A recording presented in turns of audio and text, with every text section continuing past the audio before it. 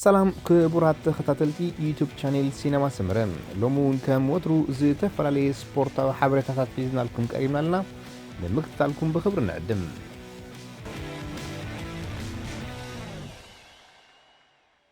ኣብ ምዝዛምን ኣገዳሲ እዋን በፂሑ ዘሎ ሊጋት ኤውሮጳ ኣብዚ ቀዳም ሰንበት ቀፂሉ ከቕንዩ ካብ ዓበይቲ ሊጋት ኤውሮጳ እንኮ ዕውቲ ጋንታ ዘየፍለጠ ዘሎ ውድድር ፕሪምየር ሊግ ንጎባል ክለባት ኤውሮጳ ዝሳተፋ ክለባቱን ኣይተፈልጣን ዘለዋ ሊቨርፑል ናብ ሜዳ ኒውካስል ዩናይትድ ተጓዒዛ ክትጻወት ካብ ስፓኛ ብባርሳ ተዋሪዳ ዝተመለሰት ሊቨርፑል ንጽዋ ፕሪምየር ሊጉን ከይተሃድማ ኣዝዩ ጥንቃቐ ዝመልኦ ጾታ ክትሕተት እያ ናይ ቅድም ኣሰልጣኒ ሊቨርፑል ዝነበረ ናይ ሕጂ ኣሰልጣኒ ኒውካስል ራፋ ቤኒቴዝ ኣብ ሊቨርፑልን ሲቲን ኣዕሩኽ ኣለውኒ ንረብሓ ሓደ ዝሰርሓሉ ምክንያት የብለይን ከም ቀደምና 3 ነጥቢ ንምውሳድ ክንጽዕሪና ክብል ገሊጹሎም ኣብ መበል 18 ተርታት ሰሪዓ ዘላ ካርዲፍ ሲቲ ኣብ ሜዳ ንክሪስታል ፓላስ ብምዕዳምያ ክትጻወት እዛ ዌልሳዊት ጋንታ ሎሚ ዓወት ምስ ተመዝግብ ምትራፋን ምሕላፋን ኣብ ናይ መወዳእታ ጾታ ከተፍልጥ እያ ማለት እዩ ስለዚ ድማ ነተን ናይ 4 ነጥቢ ፍሊ ኣንጺፋትላ ዘላ ብራይተን ጸቕጢ ክትፈጥረላ ክትሕተት እያ ንካርዲፍ ሲቲ ኣብ ናይ ሎሚ ጾታ ስዕረት ማለት ናብ ሻምፒዮንስ ሊግ ምውራድ ማለት እዩ ክኸውን ናብ ላሊጋ ስፓኛ ምስ ንሰግር ድማ ሻምፒዮን ዘበለት ባርሴሎና ናብ ሜዳ ሴልታ ቪጎ ጌሻ ክትጻወት እያ ምስ ጂሮናን ሌቫንተን ኣብ ሓያል ርብርብ ዘላ ሴልታ ብወገና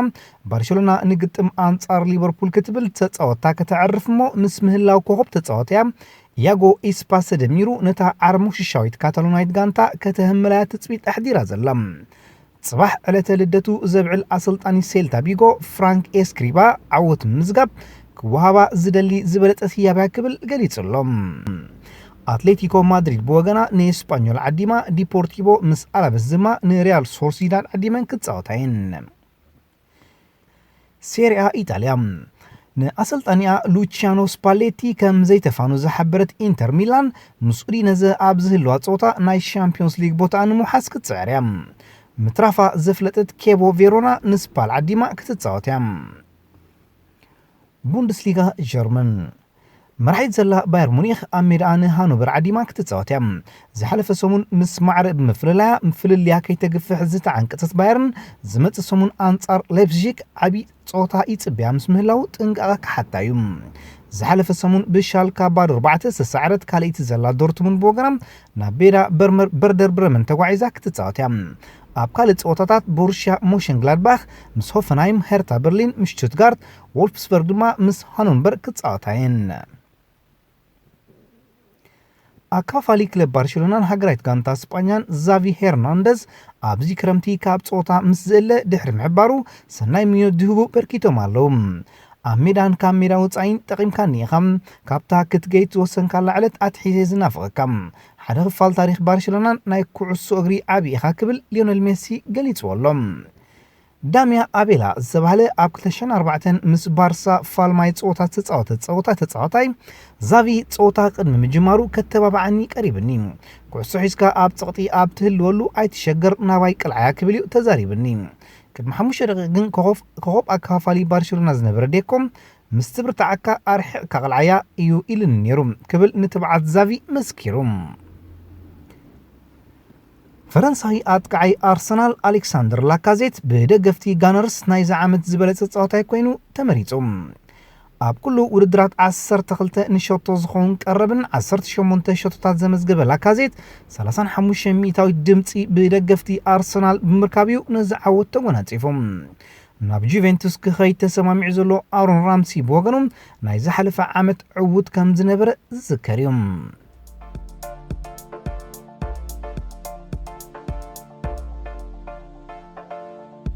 ኣብ ዜናታት ምስግጋር ተጻወቲ ባርሴሎና ንብራዚላዊ ናይ ክንፈ ኣጥቃዓይ ክለብ ቸልሲ ዊሊያም ብ30 ሚልዮን ፓውንድ ኣብ ኢዳ ንምእታው ክትብገስ እያ ማንቸስተር ሲቲ ምስ ስድራቤት ናይቲ ብማንቸስተር ዩናይትድን ሊቨርፑልን ቆላሕታ ተገይሩ ዘሎ ወዲ 19 ዓመት ፖርቱጋላዊ ኣከፋፋሊ ክለብ ቤኔፊካ ጆዋ ፍሊክስ ተዘራሪባ ማንቸስተር ዩናይትድ ንፈረንሳዊ ኣከፋፋሊ ፖል ፖግባ ክሰዶ ፈቃደኛ እኳ እንተዘይኮነት ልዕሊ 160 ሚልዮን ፓውንድ እንተደኣ ተቐሪብላ ግን ክትሸጦ ቀረብቲ ከም ዘላ ተገሊጹ ሪያል ማድሪድ ንሰርቢያዊ ኣጥቃዓይ ክለብ ኣይትራክት ፍራንክፈርት ሉካዮቪች ብ51 ሚልዮን ፓውንድ ንምዕዳግ ኣብ ኣጋመ ፈጸምታ ናይ ስምምዕ ከም ዝበጽሐ ተሓቢሩ ቸልሲ ንውዕል እንግሊዛዊ አከፋፋሊ ሮበን ሎፍትሲች ንምንዋሕ ምስ ተጻዋታይ ክትዘራረብ እያ። ዝኸበረ ተጻዋታይ ዓለምና ብራዚላዊ አጥቃዒ ክለብ ፓሪስ ሳን ጀርማን ኔይማር ኣብ ዝመጽእ ክረማት ብዘለዎ መፍረሲ ውዕል ብ145 ሚልዮን ፓውንድ ኣብ ዕዳጋ ክርከብ ከም ዝኽእል ተነጊሩ።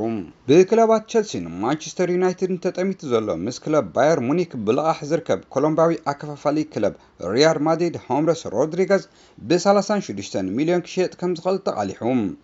እስጳኛዊ አሰልጣኒ ክለብ ኒውካስል ራፋኤል ቤኒተዝ ኣብ መወዳእታ ዓመት ስፖርት ንዝውድእ ኮንትራቱ ንምሕዳስ ከም ተቃረበ ኣተንቢሁ።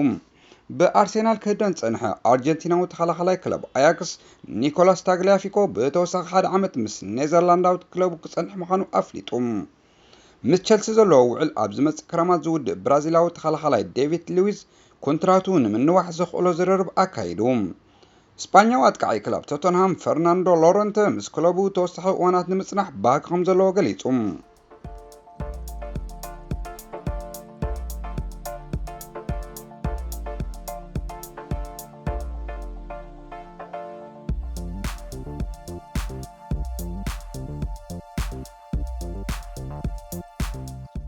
ዝኸበርኩም ተኸታተልቲ ዩቲዩብ ቻናል ሲነማ ሰመረ ንምክታልኩም እናመስገና ንሎም መዓልቲ ኣዳሊናልኩም ዝነበርና ስፖርታዊ ትሕዝቶታት ኣብዛዚምና ኣለና።